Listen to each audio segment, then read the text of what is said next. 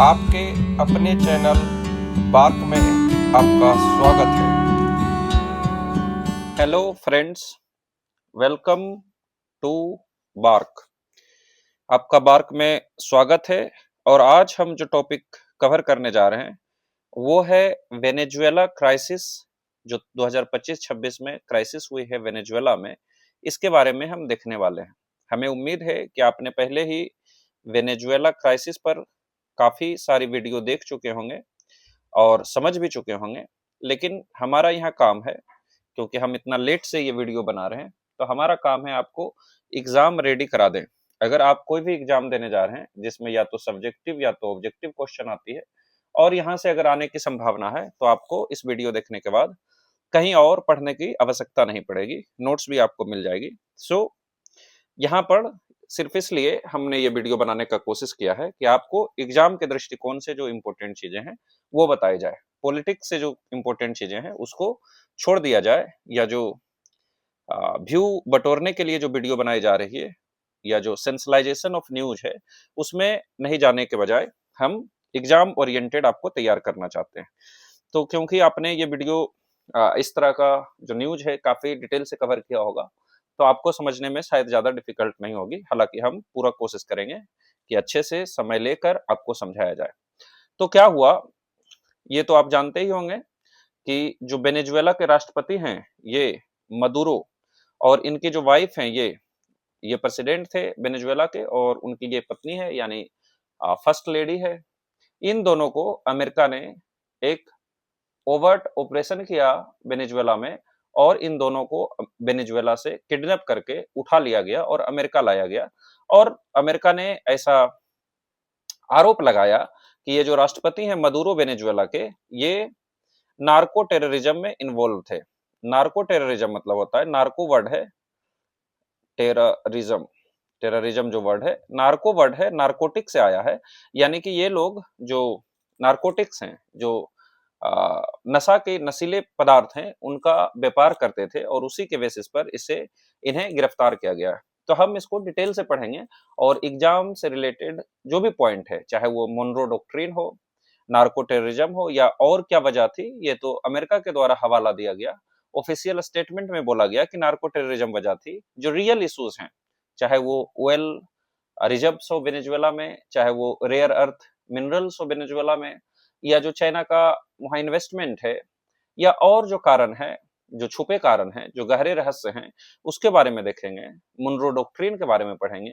और ऐसा करने से पूरा दुनिया में, चाइना में, इंडिया पर, अमेरिका स्वयं पर क्या प्रभाव पड़ने वाला है, इस डिसीजन जो लिया गया है अमेरिका के द्वारा, उन सभी को हम बेहद बेहद गंभीर रूप से अध्ययन करेंगे। तो आइए शुरू करते हैं, ठीक है। और ये हम सिर्फ पूरा कंप्लीटली एग्जाम के दृष्टिकोण से बना रहे हैं। तो अगर आप उम्मीद कर रहे हैं कि आपको इंटरटेनमेंट मिले, तो शायद हम वैसा प्रोवाइड आपको ना कर पाए। तो देखिए क्या होती है कि 3 जनवरी 2026 को यूनाइटेड स्टेट्स एक मिलिट्री ऑपरेशन कंडक्ट करती है काराकस में। और आप इसको सर्च कीजिएगा कि ये मिलिट्री ऑपरेशन का नाम क्या था। हमने इसको इंक्लूड नहीं किया है क्योंकि ये शायद इंपॉर्टेंट नहीं है एग्जामिनेशन के लिए, पर आप सर्च कीजिएगा कि मिलिट्री ऑपरेशन का नाम क्या था। पर यूनाइटेड स्टेट्स और जो इससे रिलेटेड अलग मुद्दे हैं, जैसे डेल्टा फोर्स इन्वॉल्व थी, ये सब हमारे एग्जाम के दृष्टिकोण से इंपॉर्टेंट नहीं है, तो उसको हमने अवॉइड किया है। तो 3 जनवरी 2026 को यूनाइटेड स्टेट्स एक मिलिट्री ऑपरेशन कंडक्ट करती है काराकस में। ये देखिए वेनेजुएला आपने देख रखा होगा मैप पर, साउथ अमेरिका में जो ऊपर की कंट्री है, नॉर्थ में ये कंट्री है। आप इसका आ, ये देख लीजिएगा, इसका जो बॉर्डरिंग कंट्री है आप इसके बारे में देख लीजिएगा। मतलब सिर्फ नाम याद कर लीजिएगा कि कौन कौन इसका बॉर्डरिंग कंट्री है। इसके बारे में भी ज्योग्राफी में क्वेश्चन पूछा जा सकता है, हालांकि बीपीएससी के लिए ये इंपॉर्टेंट नहीं है, इसलिए हमने इसको भी इन्वॉल्व नहीं किया है।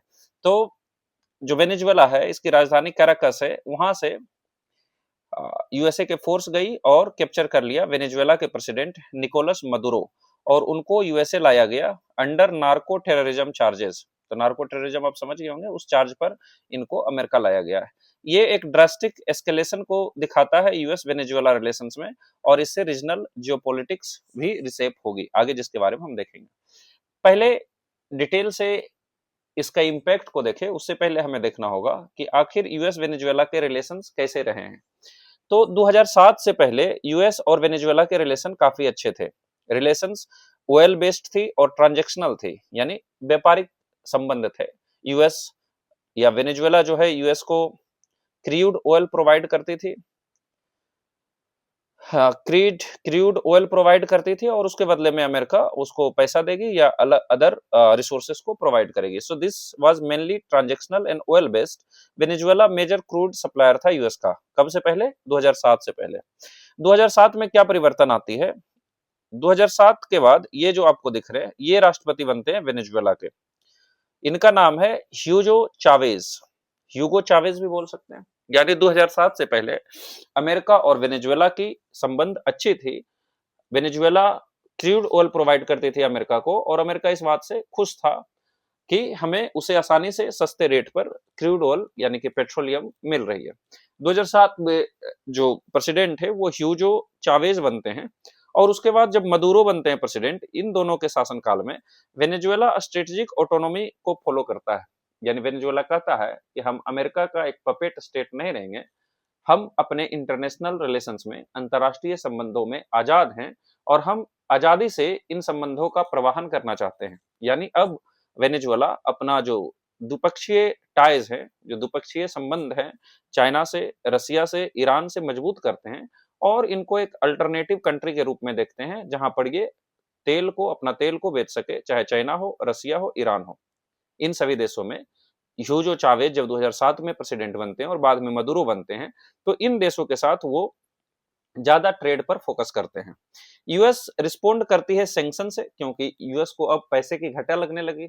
यूएस का जो तेल का बाजार था, या कहें कि तेल का जो उसको सोर्स था, तेल जहां से मिल रहा था, उसमें कमी आई, इसलिए यूएस रिस्पोंड करती है सैंक्शंस के साथ, सैंक्शंस लगाती है, एसेट को फ्रीज करती है। यानी यहाँ के जो प्रेसिडेंट हैं या अदर ऑयल कंपनी के जो मालिक हैं, उसके एसेट को फ्रीज किया जाता है और लीगल इंडक्टमेंट्स यानी कि जो अ, जो लॉ के थ्रू भी काम करने की कोशिश करते हैं।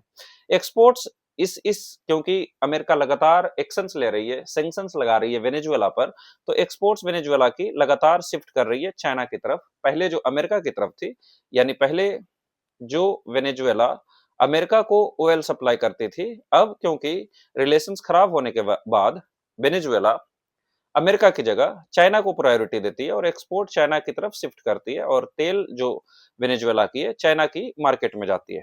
चाइना भी यहाँ काफी इन्वेस्टमेंट करती है, काफी पैसे लगाती है, क्योंकि वेनेजुएला से तेल खरीद रहा है, तो instead of paying Venezuela in money, वो यहाँ इन्वेस्ट करना लगती है और अदर रिसोर्सेज प्रोवाइड करने लगती है। इस तरह से वेनेजुएला और चाइना के रिलेशंस बहुत अच्छे हो गए। ठीक है, ये इंपोर्टेंट बात है। 2025 तक ये जो स्ट्रेटेजिक डिस्कॉर्ड है, दोनों में जो संबंध खराब हुए हैं वेनेजुएला और यूएस में, ये स्टेज आ गया कि डायरेक्ट इंटरवेंशन करना पड़ा अमेरिका को वेनेजुएला में।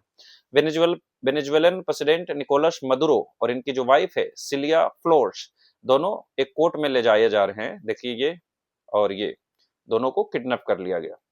और ये क्राइसिस क्यों आया, यानी कि क्या वजह है जिससे कि यूएसए को एबडक्ट करना पड़ा मदुरो को?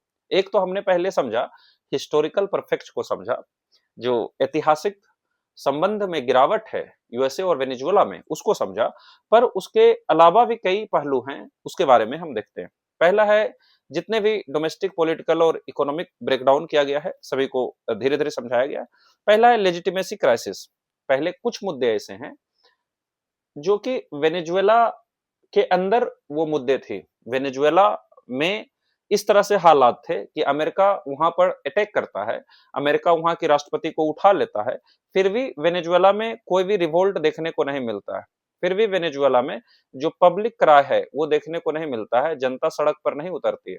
आप सोचिए कि भारत एक संप्रभु देश है और यहाँ का राष्ट्रपति या प्रधानमंत्री को अमेरिका जैसा देश या कोई और देश उठाने की बात को सोच ले, तो यहाँ की जनता में क्या रोष आएगी, क्या एकता आएगी, उस देश के विरुद्ध कार्रवाई करने की कितनी प्रबल मंशा हो जाएगी। लेकिन ऐसा वेनेजुएला में नहीं देखा गया और वो भी एक लेजिटिमेसी प्रोवाइड किया अमेरिका को। अमेरिका को पहले से पता था कि वेनेजुएला के जो हालात है, वेनेजुएला के जो सिचुएशंस हैं, अगर वहां पर ऐसे कदम उठाए जाते हैं तो वहां कोई भी पब्लिक रैली, पब्लिक क्राई या अमेरिका के खिलाफ एक नेगेटिव सेंटिमेंट्स पैदा नहीं होगी।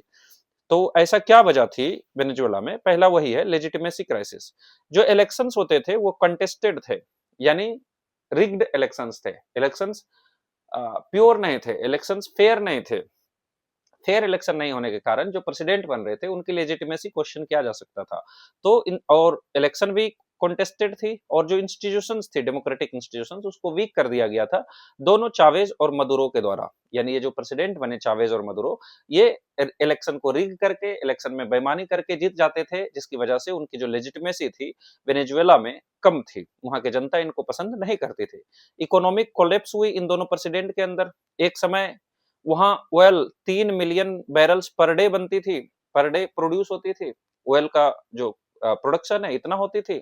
2000 अर्ली 2000s में, यानी 2000 में, 2001 में, 2002 में 3 मिलियन बैरल्स पर डे वहां ऑयल का प्रोडक्शन होती थी। 2025 आते आते इसकी प्रोडक्शन 1 मिलियन से भी कम हो गई। तो देख रहे हैं कि हम कि जो ऑयल का प्रोडक्शन है वो कम हो गया, क्योंकि मिसमैनेजमेंट थी, सैंक्शंस थी और अंडर इन्वेस्टमेंट थी। तो इकोनॉमिक कोलैप्स हुई। यानी अब वेनेजुएला के पास क्या है? वेनेजुएला के पास पैसे की कमी है। पैसे की कमी है तो वहां इन्वेस्टमेंट नहीं होगी। इन्वेस्टमेंट नहीं होगी तो वहां पर फैक्ट्री नहीं बनेगी, इंडस्ट्री नहीं खुलेगी, और इस तरह से लोगों को अनएम्प्लॉयमेंट रहना पड़ेगा, अनएम्प्लॉयड रहना पड़ेगा, पुअर रहना पड़ेगा, पॉवर्टी बढ़ जाएगी, इन्फ्लेशन बढ़ सकती है। इन सभी वजह से वहां की जनता ऑब्वियसली सरकार से नाखुश रहेगी, सरकार से खुश नहीं रहेगी, और अमेरिका जो बाज की तरह देख रहा है उसे मौका मिल जाएगा। ह्यूमैनिटेरियन स्ट्रेस क्या है? जो पब्लिक सर्विसेज में डिक्लाइन हुई। क्यों? क्योंकि उनके पास पैसा नहीं है। क्यों? क्योंकि तेल का प्रोडक्शन नहीं हो रहा है। क्यों तेल का प्रोडक्शन नहीं हो रहा है?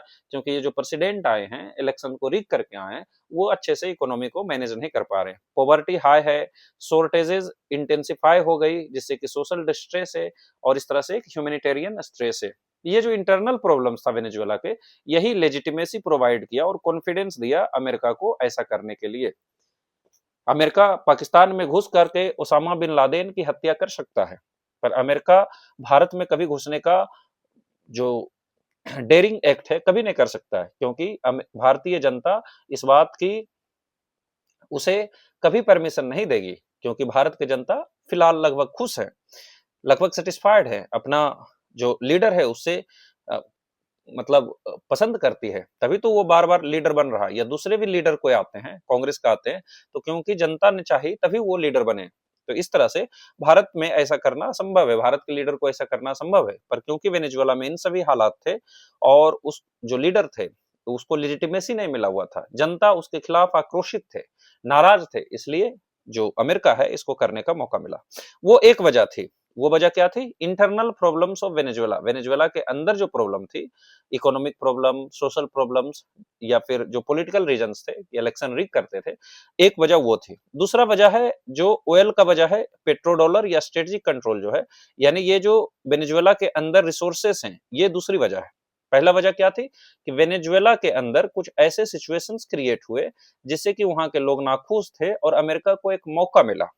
हालांकि वो डायरेक्ट वजह नहीं थे, ये ज्यादा बड़ा वजह है कि वेनेजुएला के अंदर ऐसे रिसोर्स हैं।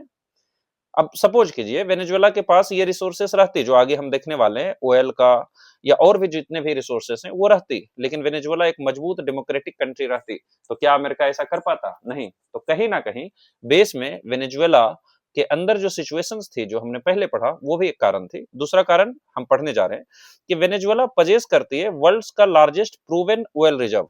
जो प्रूवन है, जो मिला हुआ रिजर्व है ऑयल का, तेल का, वो दुनिया की सबसे बड़ी रिजर्व्स वेनेजुएला के अंदर है। लगभग 17% है ग्लोबल, जो पूरा दुनिया में जितने भी हमारे पास ऑयल के रिजर्व्स हैं, यानी पता है कि हमारे पास इतने ऑयल्स हैं धरती के नीचे, 17% तो सिर्फ वेनेजुएला में है। कंट्री भले ही छोटी है, पर पूरा संसाधन से भरपूर है, और ये 303 बिलियन बैरल्स के बराबर है।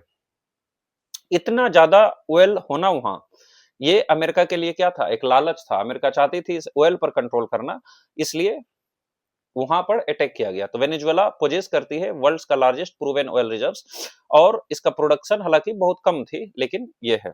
जो पेट्रो डॉलर सिस्टम है, ये आप बार बार न्यूज में सुन रहे होंगे, पेट्रो डॉलर सिस्टम ये है कि जो पेट्रोलियम है इसको जनरली डॉलर में बेचा जाता है। अगर पेट्रोलियम को डॉलर में बेचा जाएगा तो डॉलर का कंजम्पशन क्या होगा? बढ़ेगा। डॉलर का डिमांड क्या होगा? बढ़ेगा। डॉलर का डिमांड हाई रहेगा। अगर डॉलर का डिमांड हाई रहेगा, और डॉलर को कौन प्रिंट कर सकता है? अमेरिका प्रिंट कर सकता है क्योंकि अमेरिकन डॉलर है। तो क्या अमेरिका जो इंटरनेशनल सिस्टम है उस पे कंट्रोल कर पाएगा?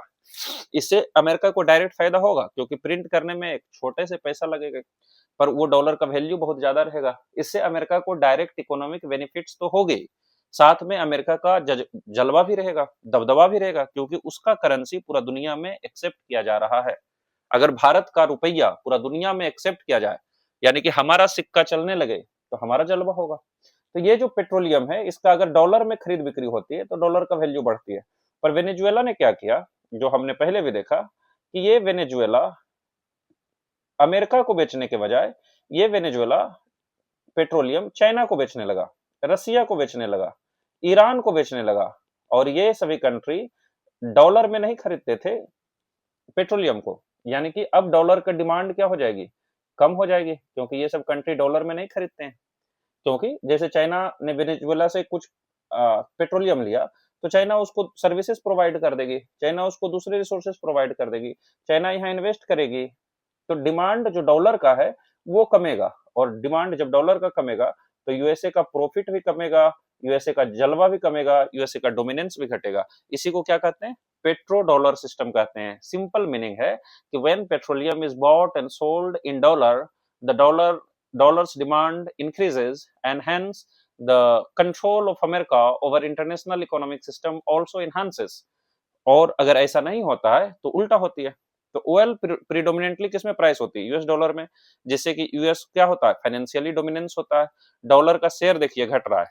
पहले ग्लोबल रिजर्व में डॉलर का परसेंटेज 70% रहता था। जो अलग अलग सेंट्रल बैंक हैं जो रिजर्व रखती है, पहले डॉलर के रूप में 70% लोग रखते थे, या 70% मात्रा थी, अब मात्र 56% रह गया। आपको ये डाटा याद नहीं रहता है तो कोई बात नहीं, आप सिंपल समझिए कि डॉलर का जो पहले रिलेवेंस था लगभग 70% था, जो ग्लोबल रिजर्व था, दुनिया में जो रखते थे, जैसे सोना रखते हैं, डॉलर रखते हैं, अदर करेंसीज रखते हैं, तो वो जो डॉलर रखते थे 70%, अब 56% हो गया।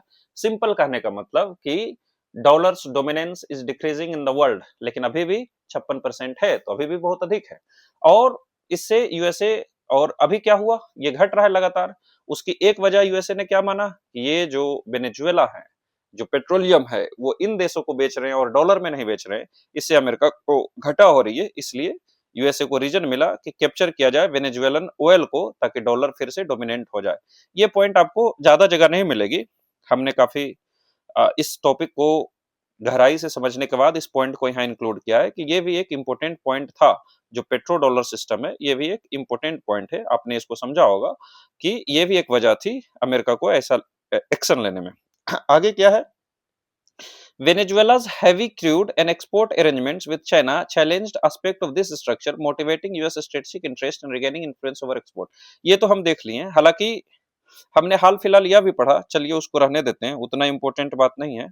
कहीं रहता तो बता देता कि जो वेनेजुएला, या बता ही देता हूँ, 2 मिनट लगेगा। वेनेजुएला की जो ऑयल है, ये ऑयल है, हैवी ऑयल है। हैवी एंड सार इसको बोलते हैं, मतलब खट्टा है। सार मतलब सल्फर कंटेंट ज्यादा है। जो वेनेजुएला की ऑयल है उसमें सल्फर कंटेंट ज्यादा है, और ये हैवी है। हैवी मतलब ज्यादा डेंस है, ये फ्लूइड कम है, तरल कम है, डेंस ज्यादा है। अमेरिका में जो ऑयल प्रोड्यूस होती है वो ज्यादा लाइट है, ये क्या है, तरल ज्यादा है। और ये सार नहीं बल्कि स्वीट है। स्वीट मतलब इसमें सल्फर कंटेंट कम है। और जो अमेरिका की जितने भी रिफाइनरीज बनी है, वो इन ऑयल पर बनी है, क्योंकि ये रिफाइनरी पिछले शताब्दी में बनी है, 1900 में बनी है। ये सब रिफाइनरीज को बने हुए कई साल हो गए हैं। लेकिन अब यूएसए को ऐसे ऑयल नहीं मिल रहे हैं जो डेंस हो और सार हो, जो हैवी या सार हो, ऐसे ऑयल नहीं मिल रहे हैं। अमेरिका के पास खुद भी पेट्रोलियम है, और वो फुल्ली सफिशियंट है अमेरिकन इकोनॉमी के लिए। लेकिन उसका जो पेट्रोलियम है वो लाइट और स्वीट है, और उसका रिफाइनरी को कैसा पेट्रोलियम चाहिए, वेनेजुएला वाला पेट्रोलियम चाहिए। इसलिए भी वो वेनेजुएला में अटैक करता है। अगर आपसे कोई डीप क्वेश्चन पूछ ले कि वेनेजुएला या America is self sufficient in oil production, still why does it want the oil of Venezuela, तो एक वजह यह भी हो सकती है कि जो वेनेजुएला की ऑयल है वो डिफरेंट है और सूट करती है अमेरिका की रिफाइनरीज के लिए, इसलिए भी अमेरिका ने अटैक किया। ये अभी इंडियन एक्सप्रेस का एक आर्टिकल में आया था 1-2 दिन पहले, ये नोट्स पहले ही बना दिए थे, तो इसको इंक्लूड नहीं किए, और उतना इंपॉर्टेंट नहीं है, काफी डेप्थ की बात है। थर्ड रीजन जो है वो है rare earth and strategic minerals. पहला रीजन क्या देखे कि वेनेजुएला के अंदर कुछ ऐसी सिचुएशंस थी जिसकी वजह से अमेरिका को यह मौका मिल गया कि वहां अटैक किया जाए। दूसरा देखा हमने कि जो वेनेजुएला है ऑयल रिजर्व्स वहां बहुत अत्यधिक हैं, वो ऑयल की जो जरूरत है अमेरिका को उसकी वजह से अटैक किया। फिर हमने देखा जो पेट्रो डॉलर सिस्टम है उसकी वजह से भी अमेरिका ने अटैक किया। और हमने देखा कि जो सार एंड डेंस ऑयल है वेनेजुएला की, that is more suitable for the oil refineries of America. तीसरा है कि वेनेजुएला में रेयर अर्थ और स्ट्रेटेजिक मिनरल्स बहुत काफी हैं। देखिए Venezuela has significant deposits of gold, bauxite और रेयर अर्थ एलिमेंट, ये सभी का भरपूर मात्रा है जो कि टेक्नोलॉजी के लिए, डिफेंस सप्लाई चेन्स के लिए अत्यधिक इंपॉर्टेंट है। और अमेरिका चाहती है ये मटेरियल्स उसके पास रहे। चाइना और यूएस में इसके प्रति कंपटीशन भी चल रहा है कि जो रेयर अर्थ एलिमेंट्स है इस पे कंट्रोल किया जाए, इसलिए भी अमेरिका ने वेनेजुएला में अटैक किया। चौथा है माइग्रेशन प्रेशर, यानी ये जो लॉजिक दिया गया है ये तो अमेरिका ने खुद ही दिया है। एक लॉजिक अमेरिका ने क्या दिया, नार्को टेररिज्म, कि जो वेनेजुएला से काफी नार्कोटिक्स हैं, जो काफी ड्रग्स हैं वो अमेरिका जा रही है और इसलिए अमेरिका को अटैक करना पड़ा वेनेजुएला पर, क्योंकि वेनेजुएला इसके खिलाफ कोई एक्शन नहीं ले रहा है। वेनेजुएला लगातार जो नार्कोटिक्स हैं, जो नशीले पदार्थ हैं उसको अमेरिका भेज रही है, इसके कारण अटैक करना पड़ा। दूसरा रीजन जो अमेरिका के द्वारा दिया गया वो दिया गया माइग्रेशन प्रेशर। आपने डंकी रूट सुना होगा, सुना है ना डंकी रूट, यानी भारत से कई लोग अमेरिका जाते हैं डंकी रूट की मदद से। जो ये डंकी रूट है वो साउथ अमेरिका और नॉर्थ अमेरिका को कनेक्ट करने वाली जो रूट है उसी को डंकी रूट कहा जाता है, जो काफी जानलेवा रूट है। यानी कि इतना इंडिया, इतना अमेरिका एक डेस्टिनेशन है कि इंडिया से लोग अमेरिका जा रहे हैं। वेनेजुएला तो काफी नजदीक है ज्योग्राफिकली अमेरिका के, तो क्या वेनेजुएला से लोग अमेरिका नहीं जाएंगे? देखिए यहाँ वेनेजुएला है और यहाँ अमेरिका है, तो ये रूट से फॉलो करके वेनेजुएला के लोग भी जाएंगे, क्योंकि वेनेजुएला में काफी डिस्ट्रेस है, वहां की इकोनॉमी अच्छी नहीं कर रही है, तो वेनेजुएला के लोग भी अमेरिका जाना चाहती है। ये एक माइग्रेशन भी रीजन दिया गया है, किसके द्वारा? अमेरिका के द्वारा। हालांकि ये भी उतना प्रॉब्लम वाली बात नहीं है, क्योंकि ये वहां की सरकार को कोशिश करना चाहिए कम करने का। जैसे इंडिया ने भी कई बार ये आरोप लगाया है बांग्लादेश जैसे देशों पर, म्यांमार जैसे देशों पर, कि लगातार वहां से माइग्रेशन इंडिया में आया है, जिससे इंडिया की डेमोग्राफी में बदलाव आ रही है, इंडिया का जो इकोनॉमिक रिसोर्सेस है उस पर इंपैक्ट पड़ रहा है। तो prolonged economic collapse produced large outflows of Venezuelan migrants to US. लगातार यूएस में वेनेजुएला के लोग गए हैं और इससे पॉलिटिकल प्रेशर यूनाइटेड स्टेट्स को लेने पड़े हैं रीजनल इंस्टेबिलिटी को इंप्रूव करने के लिए। तो यूएस के लोग, यूएस के जो कमेंट्री हैं, यूएस के जो लोग हैं, वहां के लोग हैं, वो ऐसा भी मान रहे हैं कि migration is also one of the reason. आप यहाँ सिर्फ समझ लीजिए इन सब मुद्दों को, एग्जाम में आप अपने भाषा में लिखिएगा कि क्या वजह थी। तो इंटरनल प्रॉब्लम्स ऑफ वेनेजुएला एक प्रॉब्लम थी, दूसरी जो ऑयल है वो प्रॉब्लम थी, तीसरी जो रिजर्व्स हैं, जो मिनरल्स हैं, रेयर अर्थ एलिमेंट्स हैं, वो भी एक वजह थी, एक लालच थी, और माइग्रेशन की प्रॉब्लम भी थी। पांचवा है सिक्योरिटी नैरेटिव। यूएस फ्रेम किया है मदुरो पर, मदुरो रेजिम पर, कि ये नारकोटिक्स नेटवर्क चला रहे हैं और लिंक है स्टेट एक्टर्स, यानी जो देश के द्वारा जो सपोर्ट किए जा रहे हैं ऐसे एक्टर्स, और जो ड्रग ट्रैफिकिंग हो रहे हैं यूएस में, ये भी एक रीजन दिया गया है कि मिलिट्री एक्शन लेना जरूरी हो गया। हालांकि जो अमेरिका की जो फोर्स हैं वो इतने केपेबल हैं कि अगर वो चाह लेंगे तो वहां नारकोटिक्स जाना, वहां नशीले पदार्थ का जाना बहुत संभव नहीं हो पाएगा। पर उन्होंने रीजन दिया है, तो सिक्योरिटी नैरेटिव में हम ये लिख सकते हैं कि जो नारकोटिक्स नेटवर्क है यह भी एक वजह दिया गया है। लास्ट है ग्रेट पावर राइवलरी। हमने आपको ऊपर में बताया कि वेनेजुएला जो पहले एक अमेरिका के एक पार्टनर थी, धीरे धीरे ये चाइना की तरफ मूव किया, धीरे धीरे ये रसिया की तरफ मूव किया, धीरे धीरे ये अपना तेल ईरान को बेचने लगा। यानी इसका जो रिलेशन है, जो अमेरिका के एनिमी देश हैं, अमेरिका के जो कॉम्पिटिटिव देश हैं, राइवल्स देश हैं, इससे ज्यादा मजबूत रिलेशन हुआ। इसके वजह भी अमेरिका को यहाँ अटैक करना पड़ा, क्योंकि चाइना लगातार यहाँ पर इन्वेस्टमेंट कर रही है वेनेजुएला में। चाइना, जो वेनेजुएला के 80% एक्सपोर्ट है तेल के, वो चाइना जा रही है। चाइना ने इन्वेस्ट यहाँ किया है, चाइना ने बहुत सारे लोन देके रखा है, चाइना ने बहुत सारे यहाँ इंफ्रास्ट्रक्चर बना के रखा है। यानी चाइना का कंट्रीब्यूशन, चाइना का जो इम्पैक्ट है, जो ओवरऑल जो वर्चस्व है, वो वेनेजुएला में बढ़ते जा रही थी। अमेरिका को ये पसंद नहीं थी। वेनेजुएला का जो अलायंस है चाइना और रसिया से, ये भी वाशिंगटन के द्वारा देखा गया कि जो उसके हेमिस्फेयर हैं, अभी आगे मुनरो डॉक्ट्रिन देखेंगे तो और इसको समझेंगे, इससे भी एक कंपटीशन हुआ एनर्जी और रिसोर्स के लिए और वेनेजुएला में अटैक हुआ। लास्ट है मुनरो डॉक्ट्रिन का लॉजिक दिया जा रहा है। जो मुनरो थे वो अमेरिका के प्रेसिडेंट थे 1823 में, और उन्होंने एक डॉक्ट्रिन दिया था कि जो वेस्टर्न हेमिस्फेयर हैं वो अमेरिका के इन्फ्लुएंस में रहने चाहिए। वेस्टर्न हेमिस्फेयर मतलब नॉर्थ अमेरिका और साउथ अमेरिका, ये दोनों, और ग्रीनलैंड समेत ये जो पूरा हेमिस्फेयर है ये अमेरिका का इन्फ्लुएंस में रहना चाहिए। यहाँ का डॉन कौन रहेगा? यूएसए रहेगा। और उस समय जो ब्रिटेन थी उसका कॉलोनी बहुत जगह थी, ब्रिटेन की कॉलोनी दुनिया में अलग अलग जगह थी। वो चाहते थे कि ब्रिटेन इस एरिया में कॉलोनाइजेशन ना करे, इसका इम्पैक्ट कम हो, इसका प्रभाव इधर कम रहे, इसलिए मुनरो डॉक्ट्रिन दिया गया था। तो क्या मुनरो डॉक्ट्रिन आपको समझ में आया? कोई दिक्कत नहीं, नहीं समझ में आया हम फिर से बताता हूं क्या लिखा हुआ है, देखिए। Monroe doctrine established that western hemisphere should be free from external interference by non American powers। ये जो वेस्टर्न हेमिस्फेयर है ये नॉन अमेरिकन पावर यानी अमेरिका के अलावा अगर कोई पावर है तो वो इधर आने की जरूरत ना करे, इधर आने की कोशिश ना करे।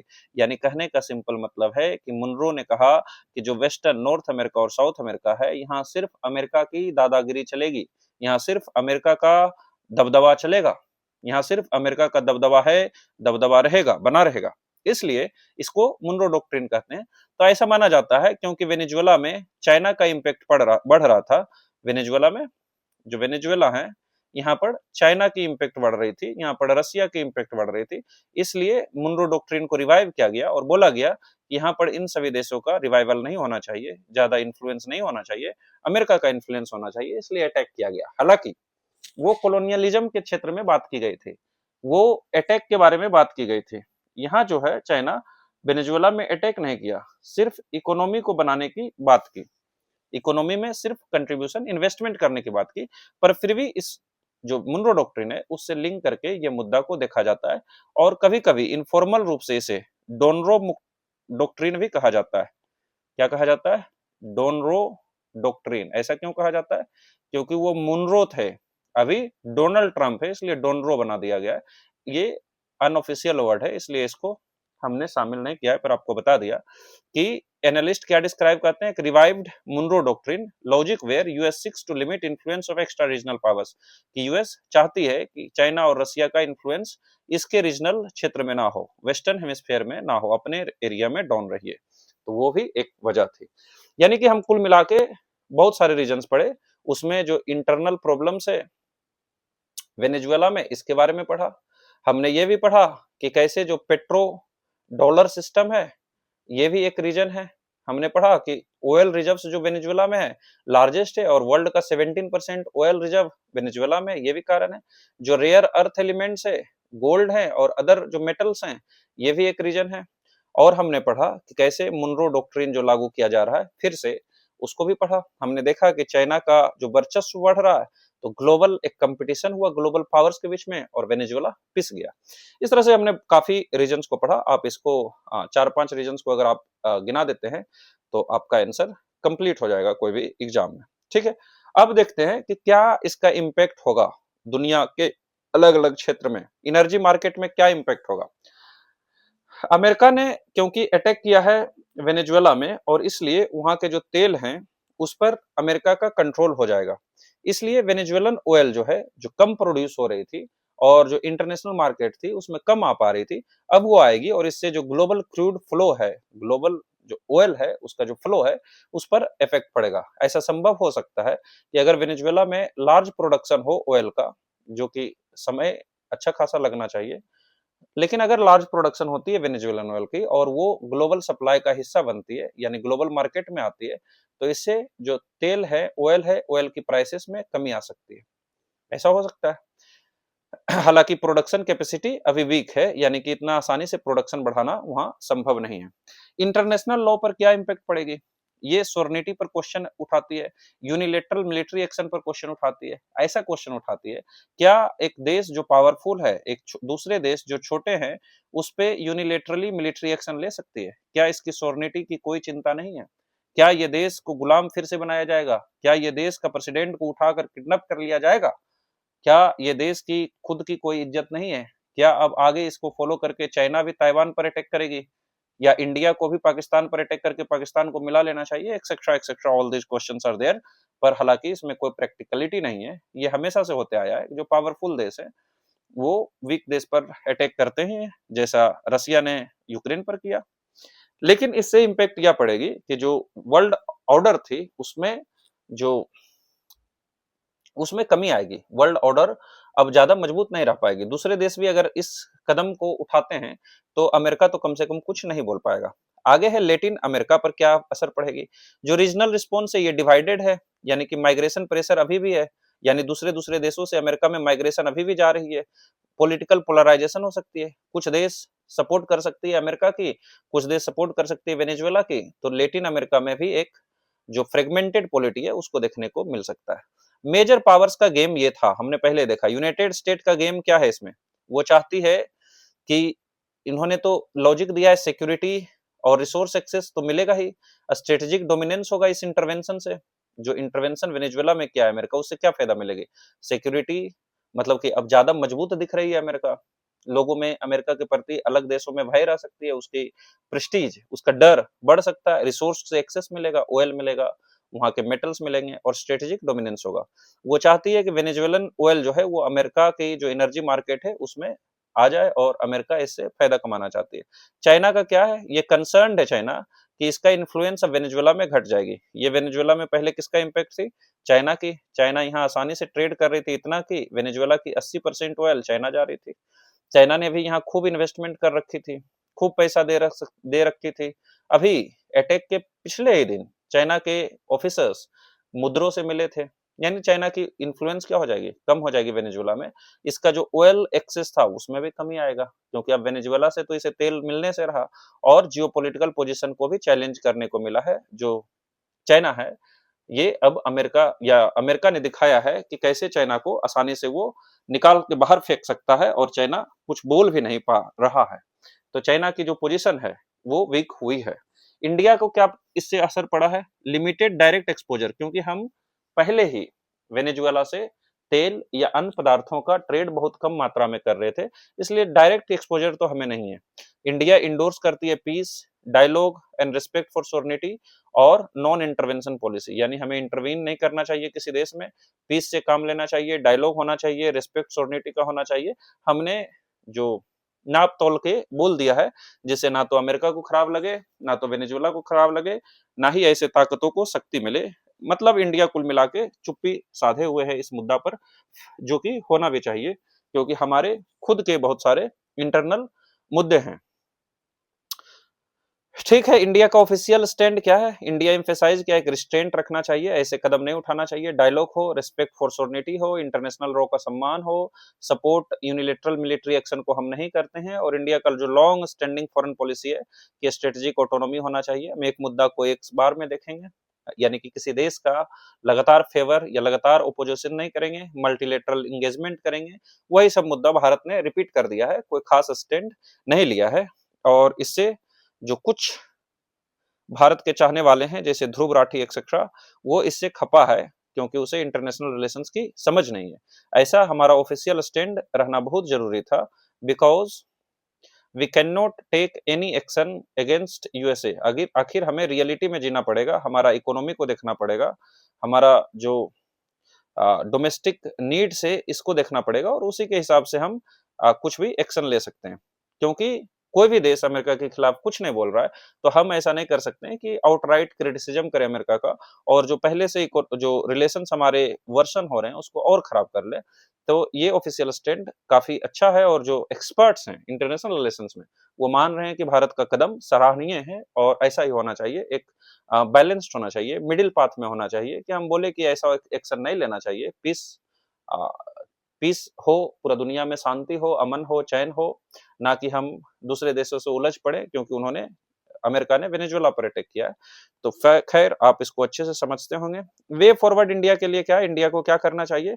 डिप्लोमेसी से काम लेना चाहिए, पीसफुल मल्टीलेटरल रिजोल्यूशन को हम सपोर्ट करते हैं, एनर्जी स्ट्रेटेजी को बरकरार रखना चाहिए। वेनेजुएला से हम तेल तभी खरीदे जब सैंक्शंस हम पे ना लगने का चांस रहे। ऐसा नहीं कि फिर से वहाँ तेल खरीदने जाएँ और सैंक्शंस लग जाए। हम स्ट्रेटेजिक ऑटोनॉमी बरकरार रखे हुए हैं, यानी कि इससे हम रिलेशंस बनाए रखते हैं सभी देशों के बीच में। हम किसी का आउटराइट क्रिटिसिज्म या सपोर्ट नहीं करते हैं। हमें खुद के इंटरेस्ट को सेफगार्ड करना चाहिए और दूसरे पर नहीं। जैसे हमारा इंटरेस्ट क्या है कि हम खुद के माइग्रेशन को ध्यान रखें, हम भी अमेरिका की तरफ ज्यादा माइग्रेशन को ना होने दें। ऐसा नहीं कि वो अटैक करेगा, पर क्योंकि ये हमारे लिए उचित है। हम अपना इकोनॉमी पर फोकस करें, हम मजबूत बनेंगे तभी हम दुनिया में दादागिरी कर सकते हैं। बिना इकोनॉमी के मजबूत हुए हम अभी डेवलपिंग कंट्री है, डेवलप्ड भी नहीं बने हैं।